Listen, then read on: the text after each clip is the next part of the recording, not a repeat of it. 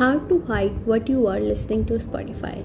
Hi guys, welcome back to our channel. Today we are going to learn how to hide what you are listening to Spotify. So there is a default in Spotify is that if I play any song, it share with anybody that follows me, but sometimes we want to just hide it from others.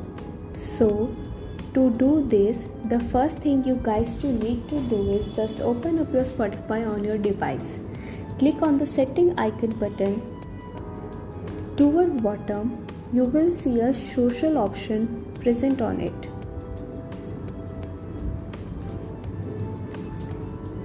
Here we have a two optional, listening activity and recently played. In my Spotify, recently played is not available. So what you guys need to do is just switch off the listening activity and recently played. Or there is one another way, you can go one step further by activating private session. This will hide what you are listening to Spotify from your followers. I hope this video was a big help to you.